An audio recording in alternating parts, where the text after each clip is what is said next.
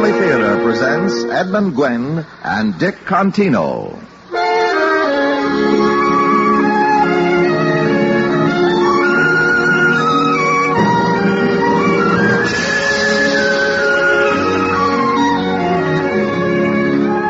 From Hollywood, the Mutual Network, in cooperation with Family Theater, presents The Story of Little Tree, starring Edmund Gwenn. And here is your host, Dick Contino.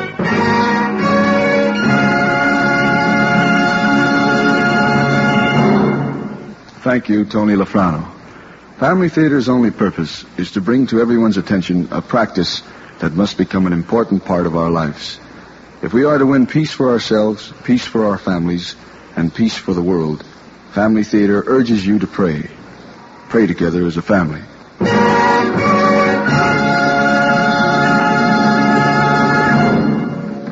And now to our transcribed drama, The Story of Little Tree, starring Edmund Gwenn as Grandpa.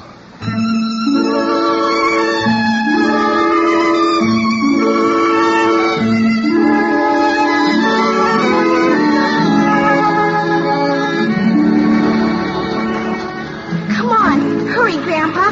Just over this hill is that little creek I was telling you about. Hurry. Yeah, hold on a minute, Janie. That creek isn't going anywhere.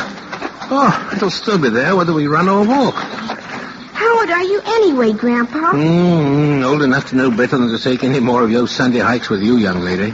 Now, where's this brook you were telling me about? Right over here. See? Just over this bank. Yes. Perfect spot to rest. What? Rest again? Again? When did we rest the first time? Well, you were talking about it just a minute ago. Yes, well, suppose we do it this time. Yeah, it looks like a good place. Now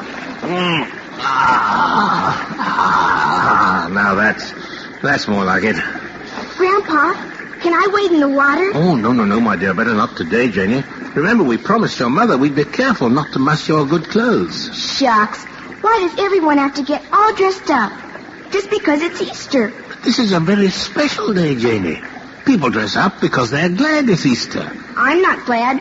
I'd rather go wading. Oh, but you ought to be glad, my dear. Why, even nature gets all dressed up for the occasion. Yes, well, just look. Look round you. The flowers are all budding and beginning to bloom. The grass is green for the first time all winter. The trees are full of young leaves. Oh, yes, Jenny, yes. Nature knows it's Easter. How could grass or trees know about Easter? Why, honey, a tree probably knows more about Easter than any living thing. You mean that this big tree here knows it's Easter? That's right. Well, just look at it. See all those little leaves? They all face upwards toward the sun. Do you know why they turn that way? Our teacher says they turn up so they can get the sun. Well, she's correct. Yeah, they need the sunshine to grow. But there's another reason, too, if you care to hear it. Oh, yes. Well, now, you just settle down beside me here, and I'll tell you how a tree knows about Easter. Is this a true story, Grandpa? Well, you won't find it written in any history books, but nobody said it didn't happen this way. No.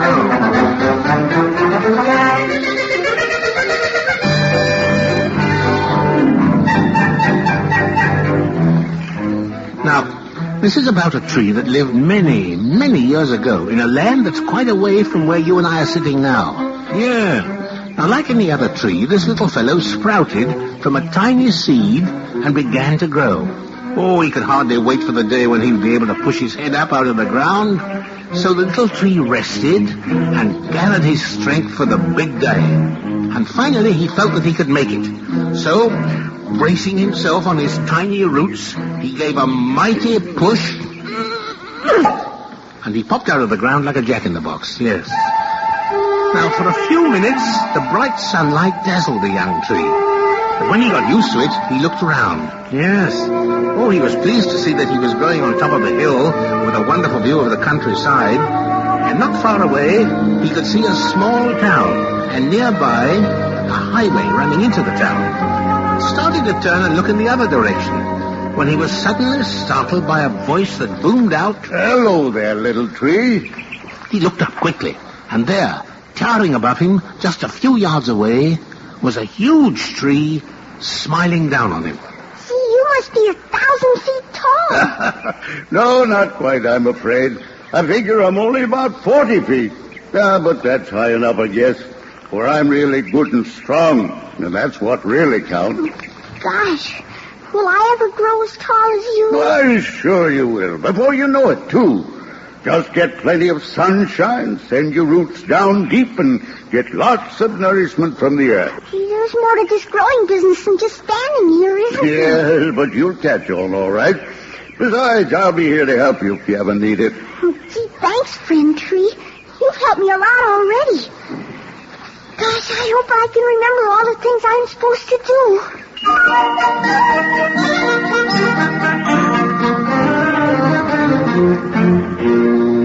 Well, the days went by and Little Tree grew like a weed. By now he was almost 6 inches high, and the big tree looked after him like a mother. Every night he'd keep watch over his small friend until Little Tree was asleep, and then the big tree too would relax and fall asleep. But one night, while they were both sleeping, a great storm broke over the land. Rain spilled over the hilltop as if dumped from giant buckets. Little Tree woke with a start and, was seized with panic. He could feel himself being torn from the earth by the rushing waters. He was still quite young, you see, Jenny, and his roots weren't deep enough or strong enough to hold him against the torrents of water that swirled around him. He called frantically to his friend. Help! Help, friend tree!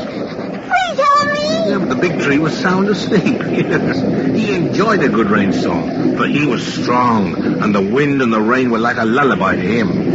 A howling gust of wind swept over the hill, bending Little Tree almost to the ground. As he straightened up, he shouted once more with all his might. Help! And this time his big friend heard and looked down. He saw the danger in a moment, and quickly brought some of his biggest branches into position over Little Tree, forming a great umbrella to shield him from the driving rain. Hold tight, Little Tree. Don't try to fight the wind. Sway with the wind. Sway with it, like me. Watch me. See? Sway with the wind. Oh, I see. Like this. Oh, yes, this is much better. That's it. You'll make it all right now. The storm's dying down. Boy, that was a close one. Gosh, I've never been so scared in my whole life. Yes, I believe you were. Why, you turned white as a birch tree.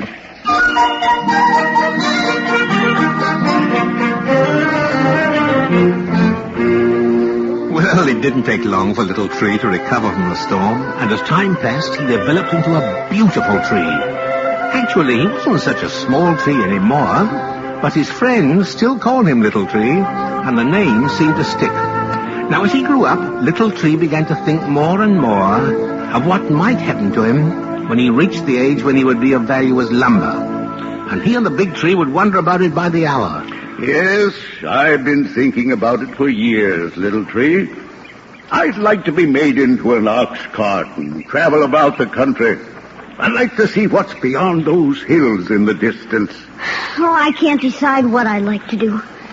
You know, being made into an ox cart would be kind of fun at that, Tree. Yeah, I hope you get your wish, old friend. Well, I have hopes.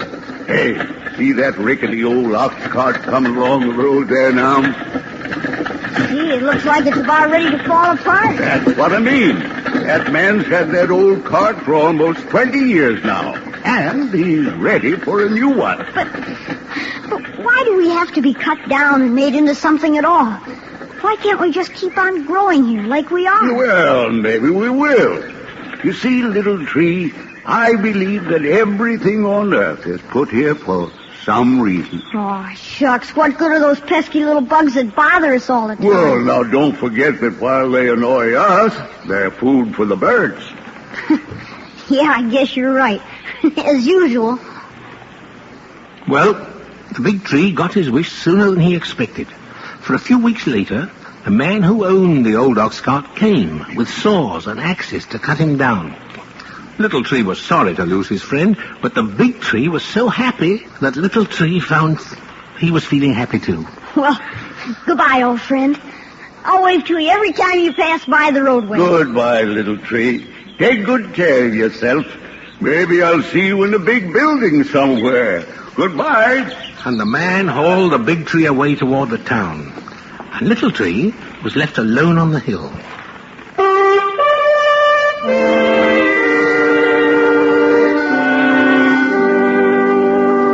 Well, the years went by, and Little Tree became a familiar landmark on the hilltop. By now, he'd grown quite large, and the people of the town always stopped to rest in the cool shade he cast for them. He was happy, for he felt that he was performing a useful service in offering a shady rest haven for the travelers along the road. But one quiet night, a strange thing happened. Little Tree was awakened from his sleep by an odd sound. Yeah, it seemed that he could hear music, and yet it was music such as he'd never heard before. It was almost as if the angels themselves were singing. And then, looking about, he saw the brightest star that ever shone lighting up the heavens. Little Tree's leaves were as 1,000 eyes, and he turned them all to watch. The star seemed to cast a light down on one small village some distance away. He heard people speak of the village. It was called Bethlehem. Little Tree didn't know or understand what had happened this night, but a wonderful calm seemed to settle over the land, which made him feel that all was right with the world.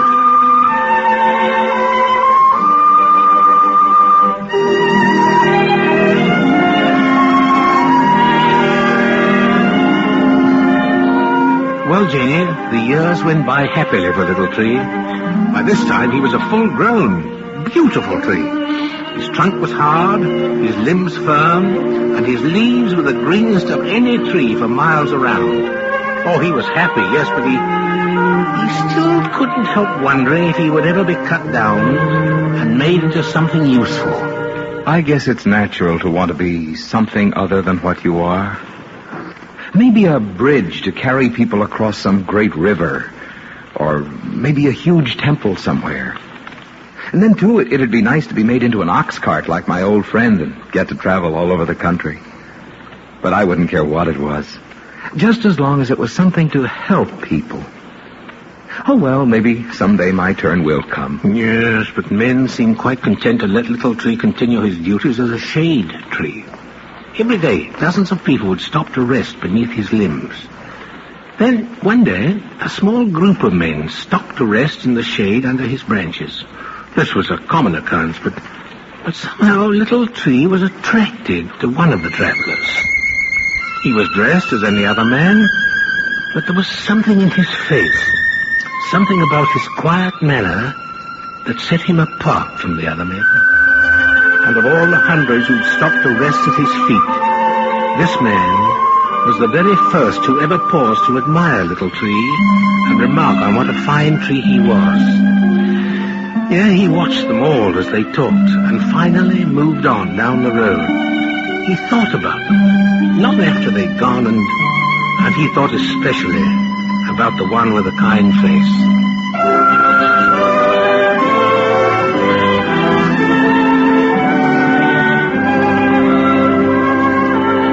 One evening, as Little Tree was preparing to settle himself for the night, he saw a great storm gathering in the distance. Huge black clouds had already blocked out the sun, and the wind swished through his branches, warning the birds to take cover. This looks like a real storm. So Little Tree thought to himself, Oh, well, storms don't frighten me anymore. I just hope it doesn't blow so hard that it keeps me awake all night. The storm came up quickly. Thunder boomed. Lightning lit up the sky. And suddenly, at the height of the storm, a streak of lightning seared its way from a cloud and struck Little Tree with a mighty crash.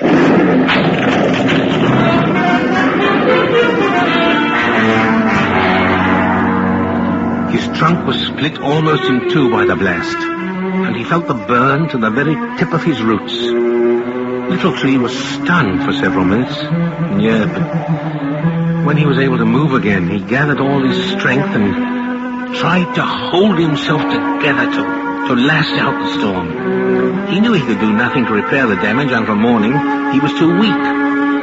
But gradually the storm passed, and morning dawned over a clear sky. All the earth was fresh and glistening. It was a lovely day. Oh, but Little Tree couldn't enjoy it. No, he looked at himself in misery. His trunk was split by a charred black hole, and the burn still ached all through him. Oh, if only someone would bind up my trunk with a rope or something to close that terrible gap. I know it would heal. Won't someone please help me? Yes, but no one offered to help Little Tree. And as the weeks became months, Little Tree grew weaker and weaker. His leaves began to wither and drop away, until his once beautiful foliage was all but gone. He began to give up all hope of ever recovering. No one seemed to care whether he lived or not.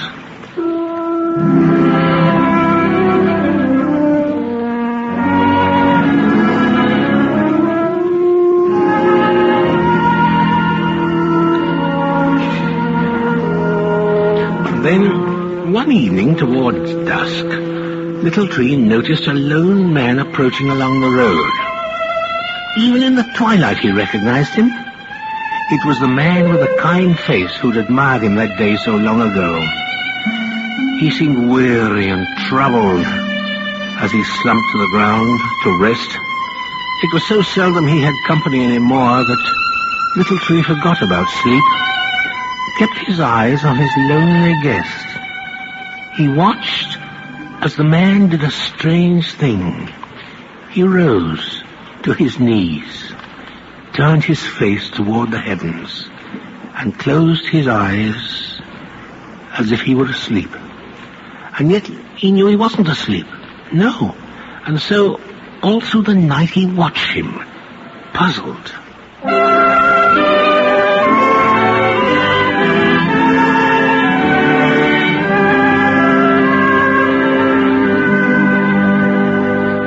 Before dawn, the man arose and prepared to leave. But then he seemed to notice Little Tree for the first time and looked at him for a long while. Little Tree wished that he could make himself disappear, but he imagined the man must be remembering what a beautiful tree he was when they last met. As he watched, the man placed his hands over the charred hole in the tree trunk. Little Tree felt, completely relaxed for the first time in months. And as his visitor walked away toward the town, he fell fast asleep.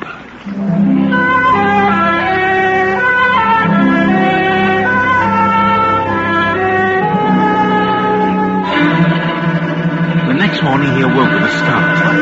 A great crowd of people had gathered around him. They were looking at him and pointing. And Little Tree looked at himself to see why he was so suddenly such an oddity. And then he looked again. It was amazing. He was exactly as he had been before the storm. His trunk was whole.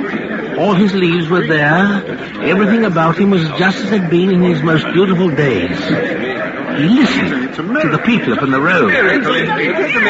Yes, and Little Tree agreed. It's like a miracle. It was indeed a miracle. Yeah, and he became the popular landmark on the hilltop once more, with passers-by always stopping to rest in his shade. And yet, somehow, in spite of his own happiness, there was an uneasy tension in the air. Little Tree couldn't understand it. No, people stood about in small groups, muttering to themselves and arguing.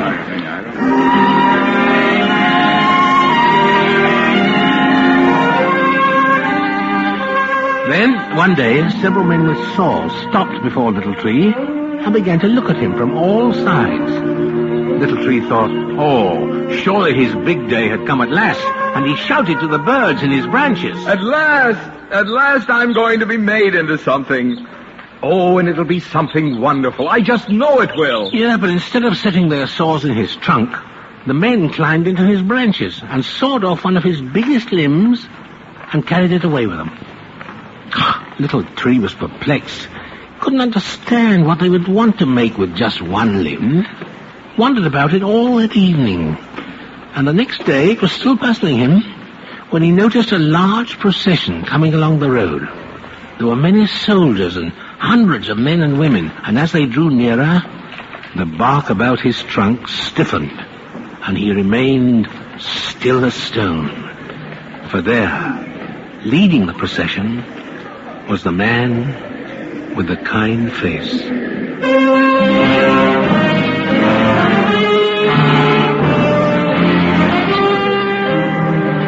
And then Little Tree saw what had happened to his limb. It had been used to make a wooden cross. Time and again the man stumbled and fell under the weight of the great cross. But no one tried to help him. No, the mob threw stones, made fun of him. Here, master. Here, let me help you. Here there, away with you. Please, it is too heavy for one man. Let me help him. He needs no help. He is king. He is God. Or so he says. Let him call forth his angels if he needs help. Come, master. Lean on my shoulder. Away, I say. Please, sir, let me help. I have all the help he needs right here. My whip. See? That's all the help he needs. You will sadly rue the day you laid a hand on the master, I promise you. And I promise you, you'll rue the day you try to interfere. All right, along with you, King. We haven't all day for this business. Come, maybe a few more stones will hurry him along. Out of the way, fool, else you may find yourself in similar strait. Take me gladly instead of him. Away, we have the man we want. But he is innocent. Innocent? You heard Pilate's order. I heard. He found no fault with him. Then you heard the people's order. They said crucify him. Now be gone that we may carry out justice. Onward! As Little Tree watched the procession reach the top of the next hill, he could scarce believe his eyes.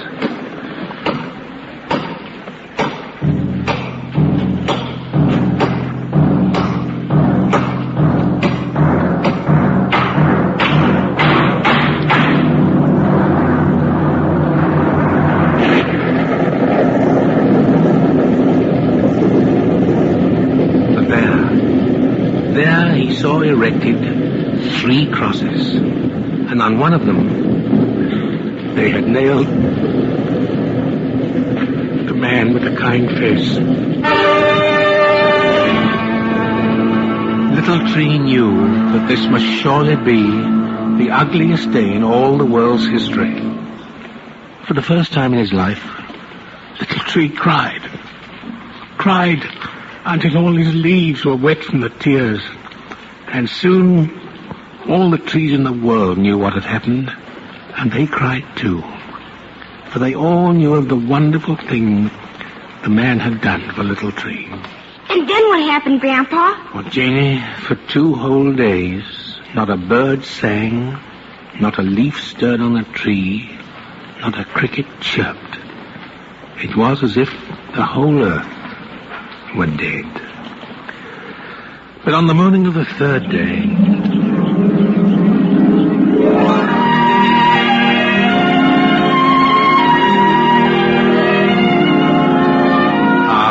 that morning was different.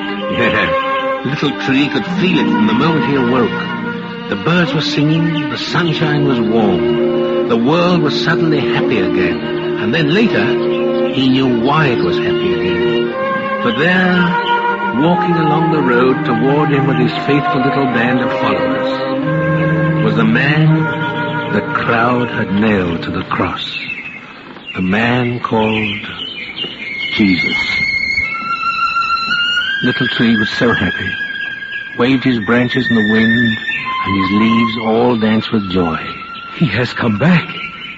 He lives! He lives! Little Tree watched as the men stopped beside him. They listened to the man, as with a kind face he spoke to them for a long time. And then, as he spoke, he began to drift gently upward from the earth into the sky. Little Tree turned all his leaves up to watch this amazing thing. He suddenly had a feeling the man was leaving never to return. And he cried out after him, Please don't go! Though he knew the man would never be able to hear him, a tree, speak. And yet somehow the man did seem to hear. For he turned to Little Tree and said, Keep watch for me, little tree, for someday I shall return. And with that, he drifted further and further upward into the sun until he seemed to be lifted into heaven itself.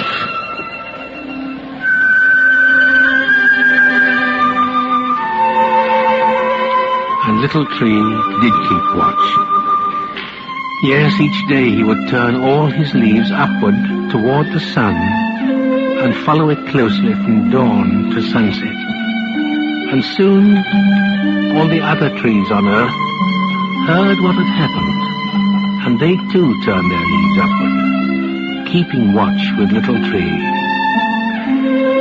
Yes, and so it is that even today, every tree turns its leaves upward toward the sun, keeping watch, as Little Tree first did centuries ago.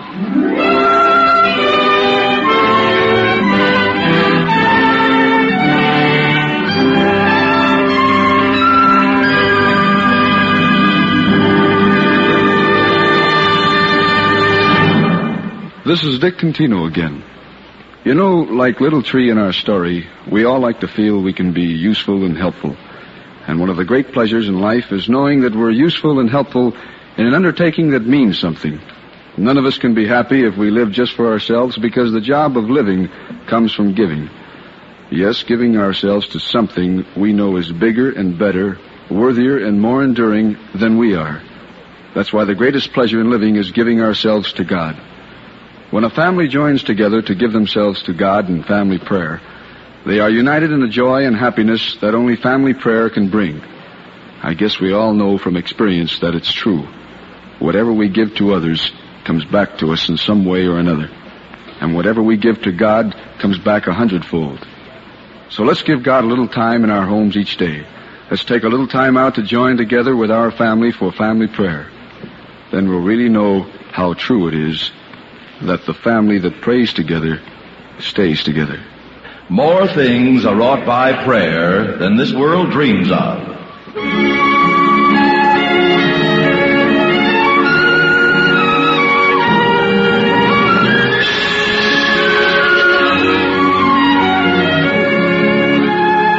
From Hollywood, Family Theater has brought you the story of Little Tree, starring Edmund Gwenn. Dick Contino was your host. Others in our cast were Francis X. Bushman, Marvin Miller, John Stevenson, Richard Beals, Guy Hamilton, and Kathy Johnson.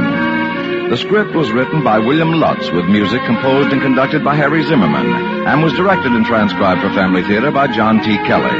This series of Family Theater broadcasts is made possible by the thousands of you who feel the need for this type of program, by the Mutual Network, which has responded to this need, and by the hundreds of stars of stage, screen, and radio who give so unselfishly of their time and talent to appear on our Family Theater stage. To them and to you, our humble thanks. This is Tony Lofrano expressing the wish of Family Theater that the blessing of God may be upon you and your home, and inviting you to be with us next week when Family Theater will present The Way of the Cross, starring Jeff Chandler. Maureen O'Sullivan will be your hostess. Join us, won't you?